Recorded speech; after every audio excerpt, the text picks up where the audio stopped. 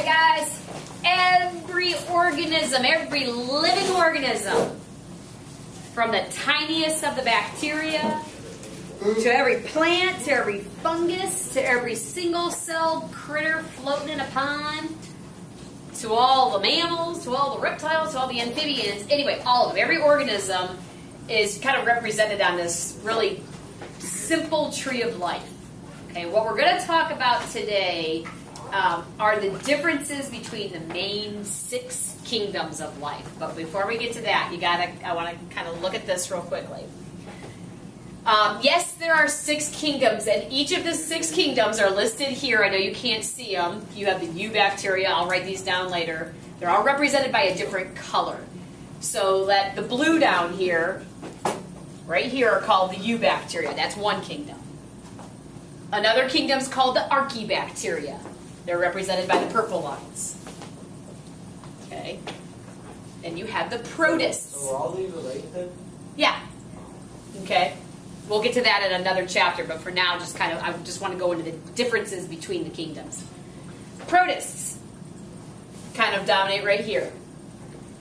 The plants, not very many. Plants are kind of this greenish area. Okay. Fungus. Got some fungus right here. Okay.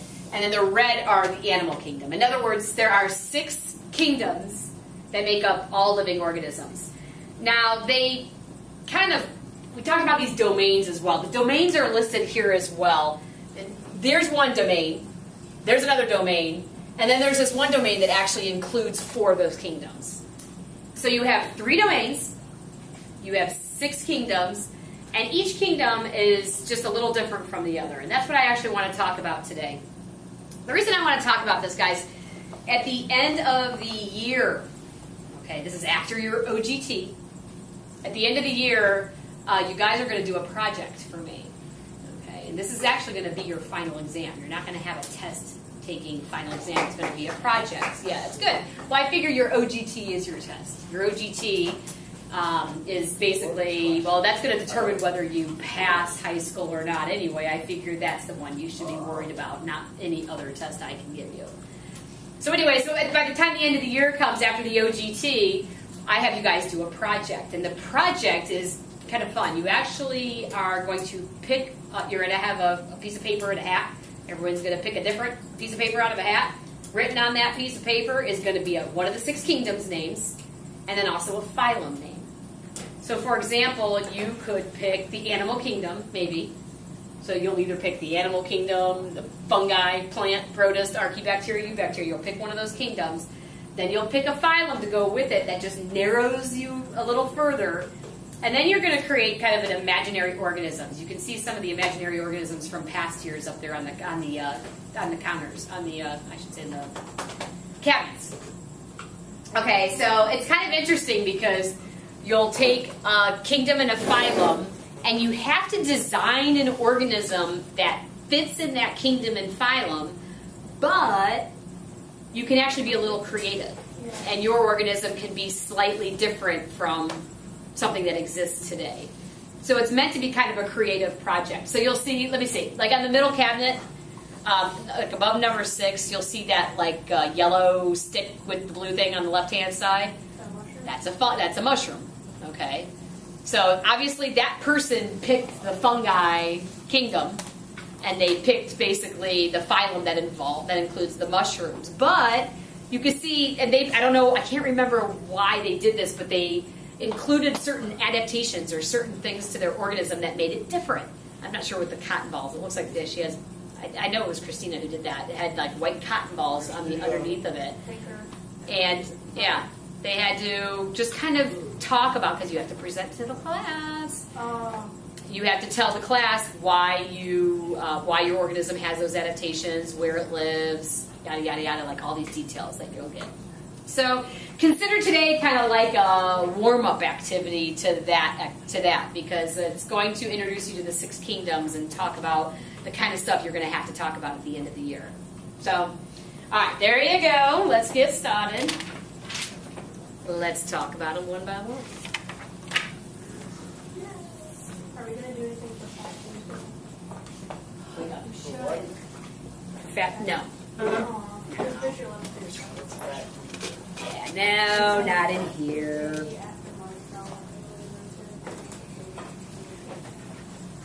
Okay, there are 3 domains out there. There's one domain that is called bacteria. There's another domain that is called archaea, kind of a strange name. They call it domain archaea. It almost looks like half a word, but it's not. And there's another domain called eukarya. Okay, we might have even talked about those before. The kingdoms. I told you there were 6 of them. The first kingdom I want to talk about, I'll circle all the kingdoms, and this is called Eubacteria. That's the name of one kingdom of life. Now, from looking at the word, you can see this is a kingdom with bacteria in it. Over here on the right, this is what I want to do. I want to give some just basic characteristics that you'll find of the organisms in that particular kingdom. Okay, so the characteristics of Eubacteria, they are all unicellular. That means that every organism in this kingdom is made up of one cell. They're tiny. Also, every organism in this particular kingdom is a prokaryote. You guys should know what that word means. That means that these cells do not contain a nucleus. These cells have DNA, but it's just free-floating. It's not contained in any kind of nucleus. Prokaryotes also have no membrane-bound organelles. In other words, what makes a prokaryote a prokaryote? They do not have any of these other organelles that have membranes around them. And that includes most of them. Mitochondrion, chloroplast, endoplasmic reticulum, Golgi vesicles. They don't have any of those. These cells are very simple, as most prokaryotes are. Pretty much what they contain are your DNA, because every organism needs DNA. It's floating around in the cytoplasm, so they have the goo, they have the cytoplasm. They also have ribosomes. Okay, so ribosomes, even though we talked about ribosomes being organelles, they're not membrane-bound organelles. Ribosomes, if you guys remember what ribosomes do, that's the place where protein is made. So that is the place where protein is put together. So it makes sense, because if you're a living organism, you have to have a code, and you have to be able to pump out some proteins. That's what every cell is made up of, so you better find a way to make it. So anyway, all the organisms in this particular kingdom are very simple. No nucleus, no membrane-bound organelles. They're all prokaryotes, and they're all unicellular, one cell. Okay, archaea.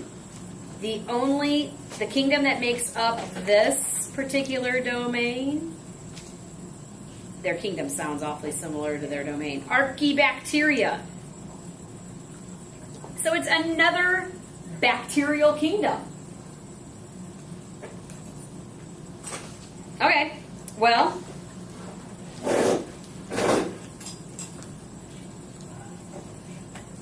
they're also bacteria. They're unicellular, they're prokaryotes. You would actually think that they would be lumped together in the same kingdom, but they're not. They were back in my day. They actually had one kingdom that represented both, but they don't do that anymore. They split these two into 2 different domains because these archaebacteria are cool. Actually, if you guys pull archaebacteria from the hat or whatever, it's actually kind of cool because these organisms are capable of living in very extreme environments. Very extreme environments. They can live in places you didn't think anything could live. All right, let me give you an example. There's an example called a halophile. You've probably never heard of this little critter. This critter is a single-celled bacteria that is capable of living in, like the Great Salt Lake. Okay, the saltiest condition. Halo means salty. So they live in real salty conditions. There's other bacteria, archaebacteria, that can live in like volcanic vents. There's other bacteria that can live in extreme acidic conditions. This is what I mean by they can live in extreme environments. So the thing is, they've separated them from other bacteria because these organisms have special chemicals that just make them really, really different from regular bacteria that allow them to live in these extreme environments. And so that's kind of why they separated them. Oh, by the way, an example of a eubacteria, a real common one that you guys have probably heard of or should have, E. coli. Might have heard of it on the news. Every once in a while where you get these outbreaks of people getting sick from peanut butter or spinach or some other kind of something in their diet, they say it's usually because of an E. coli outbreak.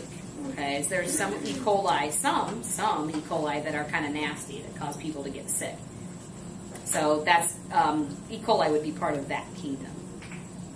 All right, the other 4 kingdoms are the ones we are all familiar with. The first one I want to talk about are the protists. Okay, protists are, and they're part of the eukarya domain, the protists. These are mostly unicellular.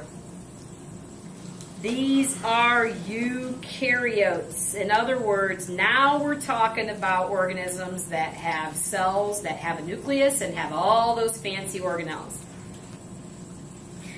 Examples of protists include algae,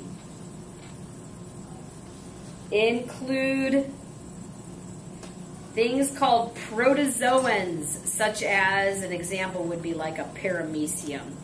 When we looked at that pond water earlier in the year, we saw a great deal of protists swimming in it. Single cells, little critters.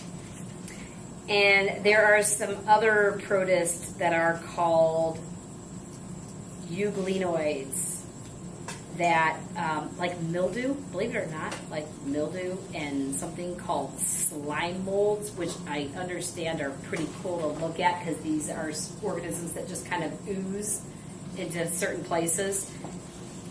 Those are all part of the protist kingdom. To be honest, the protist kingdom, though, is kind of like a grab bag, if you could figure it out, of organisms. You got everything from algae to protozoans to you have like a lot of things going on. Chances are over the next 10 years or so, this protist kingdom is going to get subdivided further, but lucky for you, it's only one kingdom at this point. So, all right. Protist. Fungi. An example of a fungus is a mushroom. Mushrooms make up the fungus kingdom along with other things. They are multicellular. Okay, so now we're getting a little more complex. We got multicellular organisms. Here's what people don't seem to understand. Fungus, like mushrooms, are heterotrophs. You guys know what that means? They have to get other things to make their food. That's right. They can't make their own food. They got to eat somehow. They got to ingest. They got to eat. We're also heterotrophs. We got to eat. We can't perform photosynthesis. We've got to eat. But fungus are the same way. This is the weird thing. Everybody looks at a mushroom and it almost looks more plant-like. It's not at all. Fungi they have features that are kind of like plants, but they are not plants. Well, here's one feature that they have that kind of is like plants. Fungus actually have cell walls. Their cells, each individual cell has a cell wall around it. Now remember from the past, we said that plants were the only ones who had cell walls. But here you have fungi that actually do have cell walls. Now here's the strange thing. Their cell walls contain something called chitin. Now,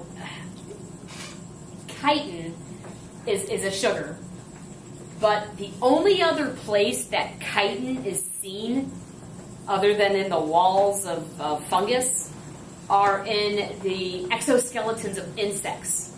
Okay, so you guys know what an exoskeleton is, like an arthropod or another insect, like a beetle that has that hard shell on the outside. That hard shell is made up of chitin. So it's weird. You have the same stuff that's found in the exoskeletons of insects that also makes up the cell walls of fungus. Weird, but that's just the way it is. So this is why they didn't know what to do with fungi. You know, I think originally fungus were like lumped in with the plant family, But then they realize, you know what? No. Yeah, they have cell walls, but they can't perform photosynthesis. And then they have this chemical chitin that's only found in animals. They said, we got to make it on its own. So that's what they did with fungus. Okay, 2 more. Plant.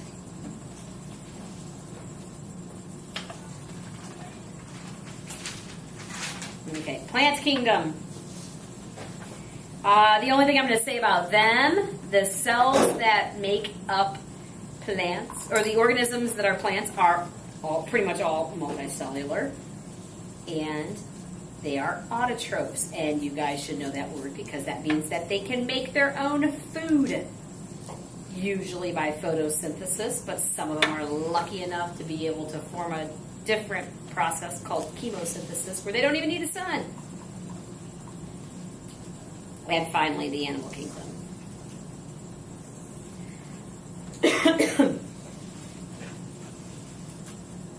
Oops. Multicellular. Heterotrophs. And actually, that's probably all I'm going to say about them for the time being. The animal kingdom, though, it's so diverse. It's made up of everything from sponges and coral. I mean, they're not coral that you found in the ocean. Those are animals. To mammals, to reptiles, to amphibians. So one of these days, for the project at the end of the year, you may choose something from the animal kingdom, but you better pay attention to what phylum you got because it could mean a completely different group of organisms. So, all right, that's all the notes I have for today. The next thing I'm going to have you guys do, huh? No, you need your books though.